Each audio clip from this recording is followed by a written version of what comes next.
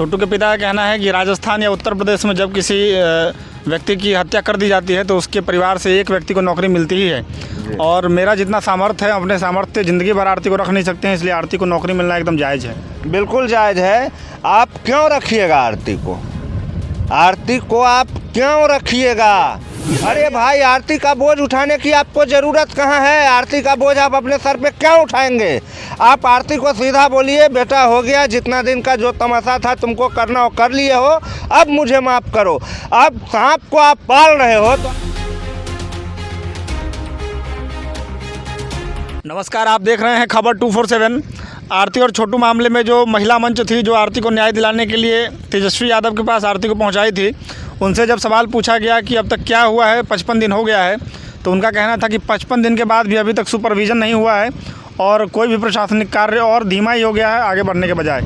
देखिए, इसमें बहुत तरह की बातें हुई। महिला मंच और छोटू के पिताजी जो हैं वो डायरेक्ट एसपी के पास चले गए थे और वहाँ पर जाकर उन्होंने अपना पक्ष रखा था कि हमारे केस का 54-55 दिन होने को आया, लेकिन आपने सुपरविज़न अभी तक नहीं किया है, तो ऐसा क्यों नहीं हुआ है? तो उनको एसपी ने कहा कि ये काम डीएसपी का है और आप उनके पास जाइए और वो अगर नहीं करते हैं तो फिर मैं इस काम को करवाऊँगा। तो जब वो लोग डीएसपी के पास आते हैं तो डीएसपी उनको बताता है कि सुपरविज़न हो गया है और छोटू के पिताजी बेहद आश्चर्यचकित होते हैं अररिया पुलिस के इस बयान पर कि सुपरविज़न हो गया है और उनको पता ही नहीं है जिनका सुपरविज़न हुआ है, उनको कुछ पता ही नहीं है कि हमारे साथ क्या पूछताछ हुई है, क्या नहीं हुई है। तो इस बयान जो है हर तरफ के, इसमें भी मतलब ये पूरा केस ही ना एक अजीब फंडा लेकर चल रहा है। इसमें हर किसी का बयान हर किसी से अलग होता है। एक ही बात अगर आप 3 आदमी से पूछेंगे, छोटू कैसे मरा, आरती से पूछिए वो अलग बात बताएगा, छोटू के पिता से पूछिए वो अलग बात बताएगा, आरती के घर वाला से पूछिए अलग बात बताएगा। सुपरविज़न कोई एसपी क्या करेगा और डीएसपी क्या करेगा? जब वो आदमी से पूछने जाता है तो आदमी जो कल जो कहा है आज वो अलग बात कह रहा होता है। आरती स्वयं 4-5 बार पुलिस के सामने प्रस्तुत हुई है, 4-5 बार में 4-5 तरह की बयान दी है और छोटू के पिताजी का भी कमोबेश वही हालत है। वो रूट डाइवर्ट हो गए हैं, उनको न्याय चाहिए अपने बेटे की मृत्यु के लिए, तो बीच में आरती के लिए नौकरी मांगने लगते हैं। बहुत तरह की बातें हैं जो इस केस में चल रही है, लेकिन प्रशासन के द्वारा अब कहा जा सकता है कि कहीं ना कहीं धीमी गति से काम किया जा रहा है। अच्छा, बीना मानवी का कहना था कि हम लोग पहले गए थे डीजीपी से मिलने के लिए, क्योंकि ऐसे मामलों में डीजीपी से मिलना बहुत ज़रूरी होता है कानूनी दांव-पेच में, लेकिन यादव होने के चलते आरती ने कहा कि हमको तेजस्वी भैया से ही मिलना है, तो पहले तेजस्वी भैया से मुलाकात हुई। देखिए, आप लोग इस मामले में यादव या किसी कम्युनिटी को नहीं जोड़ सकते हैं, क्योंकि ये मामला जब होता है और जांच जब उच्च स्तरीय होती है तो उसमें जाति या धर्म जैसी कोई बात को शामिल नहीं किया जाता है जांच के केंद्र बिंदु में।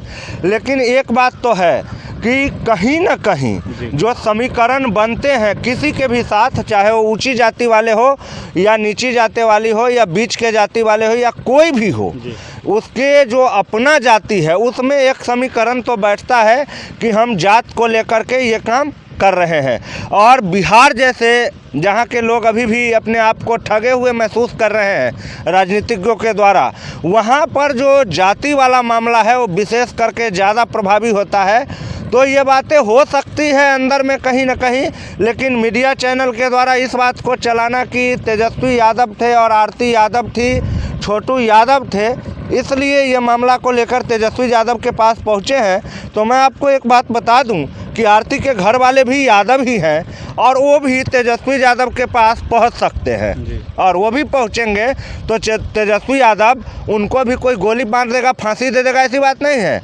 उन्हें भी तेजस्वी यादव यही कहेगा जो आरती को कहा था, ठीक है हम देखते हैं जी। तो यहाँ पर यादव वाली कोई बात नहीं है, मिला जुला करके यादव यहाँ पर पीड़ित भी है और यादव यहाँ पर आरोपी भी है। छोटू के पिता का कहना है कि राजस्थान या उत्तर प्रदेश में जब किसी व्यक्ति की हत्या कर दी जाती है तो उसके परिवार से एक व्यक्ति को नौकरी मिलती ही है। और मेरा जितना सामर्थ्य है, अपने सामर्थ्य ज़िंदगी भर आरती को रख नहीं सकते हैं, इसलिए आरती को नौकरी मिलना एकदम जायज़ है। बिल्कुल जायज़ है। आप क्यों रखिएगा आरती को? आरती को आप क्यों रखिएगा? मैं आपके चैनल के माध्यम से छोटू के पिताजी से पूछना चाहता हूँ, आरती को आप क्यों रखेंगे? और उसको रखेंगे तो पूरे भारत में बहुत सारे अनाथ हैं, सबको अपने घर में रखिए, सबके सरकारी नौकरी का डिमांड आप करिए, नेता बन जाइए, बहुत बड़े समाज सुधारक बन जाइए। अरे भाई, आरती का बोझ उठाने की आपको ज़रूरत कहाँ है? आरती का बोझ आप अपने सर पे क्यों उठाएंगे? आप आरती को सीधा बोलिए, बेटा हो गया, जितना दिन का जो तमाशा था तुमको करना हो कर लिए हो, अब मुझे माफ़ करो। अब सांप को आप पाल रहे हो तो आज न कल तो डसवे करेगा ना, बोझ खुदे न उठा रहा है, उसको कोई माथा पर डाल दिया। आरती का माँ बाप बोल के गया है कि मेरे बच्चे को तुम रखो, नहीं ना बोल के गया है, तो ये ज़बरदस्ती का रखे हो माथा पे तो आपका बोझ है, आप जानिए। और रही बात नौकरी की, तो ये नौकरी तो आरती को तब तक नहीं मिलेगा जब तक इस पूरे कांड पर अदालत का आखिरी फैसला नहीं आ जाएगा। न्याय प्रणाली यही कहती है, लोग जितना जोर लगा ले, वैसे भारत चमत्कारों का देश है, यहाँ पर कब गुंडा मंत्री बन जाए और कब मंत्री जेल में चला जाए कहा नहीं जा सकता। तो आरती को भी नौकरी मिल सकती है, मैं नहीं इसमें मना नहीं कर सकता हूँ, लेकिन जो प्रक्रिया है उसके तहत आपकी जो कार्रवाई है वो पूरी होने के बाद ही नौकरी मिलेगी, क्योंकि आप संदेह के घेरे में हैं। छोटू के पिता से पूछा गया कि यदि आपके छोटू के जो हत्यारे हैं वो आपसे माफ़ी मांगने आ जाए तो क्या आप उन्हें माफ़ कर देंगे? देखिए, ये सवाल पूछना ही बहुत बड़ा गलती था जिसने भी पूछा हो, क्योंकि किसी के बेटे को कोई मौत के घाट उतार दे और उससे माफ़ी मांग ले तो माफ़ कर दे, ऐसा मैं नहीं मानता हूँ। लेकिन एक समाज जो है हमारा, वो अजीब फार्मूला से चलता है। यहाँ पे हर एक चीज़ का सेटलमेंट होता है। समाज में जो मुखिया है, सरपंच है, बुद्धिजीवियों का एक वर्ग है या पैसे वालों का एक वर्ग है, तो हर वर्ग जो है वो कहीं ना कहीं मामले को ज़मीनी स्तर पर सुलझाना चाहता है। सुलझाने का मतलब है, सुलझाने में एक ही बात होती है, जो हुआ सो हुआ, अब आगे तो वापस आ नहीं सकता है वो। तो इस मामले को तुम भी कोर्ट में खर्चा करोगे, ये भी कोर्ट में खर्चा करेगा, इसलिए कुछ उसके पनिशमेंट के तौर पर, जुर्माने के तौर पर कुछ रकम ले लो और इस मामले को अब ख़त्म कर दो। आखिरी मामला जो है वो समाज में ही सुलझाया जाता है बहुत सारे मामलों में, लेकिन ये जो मामला है जिसमें मैं इस अपराध को, चाहे जितने भी किया हो, एक जघन्य हत्याकांड का मैं श्रेणी में रखता हूँ इस अपराध को। गलती जितनी भी रही हो आरती की या छोटू की, लेकिन हत्या हो जाने के बाद इस अपराध में जघन्यता आ गई है, तो इसमें माफ़ी का कोई प्रश्न ही नहीं उठता है। हालांकि छोटू के पिता का भी जवाब बहुत ही सुंदर था कि कोई हमें माफ़ी लेने के लिए हमसे क्यों आएगा, हम तो कोर्ट में केस लड़ ही रहे हैं। और दूसरी बात कि किसी को हम किस आधार पर माफ़ करेंगे, वो अगर हमारे छोटू को हमें लौटा दे तो हम उसे माफ़ कर देंगे। तो अब छोटू लौट तो सकता नहीं, इसका मतलब सीधा सा है कि वो माफ़ नहीं करने वाले हैं। महिला मंच की जो वीना मानवी है, उनका सीधा सा आरोप है प्रशासन और पुलिस पर कि उन्होंने कहा है कि जब सुपरविज़न 55 दिनों तक नहीं हुआ है तो ऐसा कह सकते हैं कि पुलिस बेईमानी की तरफ बढ़ रही है। उनका ही कहना है। देखिए, उनका कहना और आरोप लगाना भी जायज़ ही है और छोटू के पिता का भी आरोप लगाना जायज़ ही है, लेकिन महिला आयोग की अध्यक्षा होकर वीना मालवीय जी को इस तरह के जो आपत्तिजनक बयान है वो नहीं प्रदर्शित करना चाहिए, क्योंकि आम लोग अगर इस तरह की बातें करते हैं तो समझ में आती है कि इनको कोड ऑफ कंडक्ट, चाहे स्पीक अबाउट द रूल, मतलब कानून के बारे में क्या बोलना है वो पता नहीं होता है आम आदमी को। लेकिन आप महिला आयोग के अध्यक्ष हैं और आपको सारा कुछ मालूम होना चाहिए, इस तरह की बयानबाजी से आपको बचना चाहिए, नहीं तो पुलिस कहीं सोई हुई नहीं है। और पुलिस के पास दुनिया का आखिरी और एकमात्र मामला आरती और छोटू ही नहीं है, वहाँ भी बहुत तरह के कारोबार है, तस्करी हुए हैं।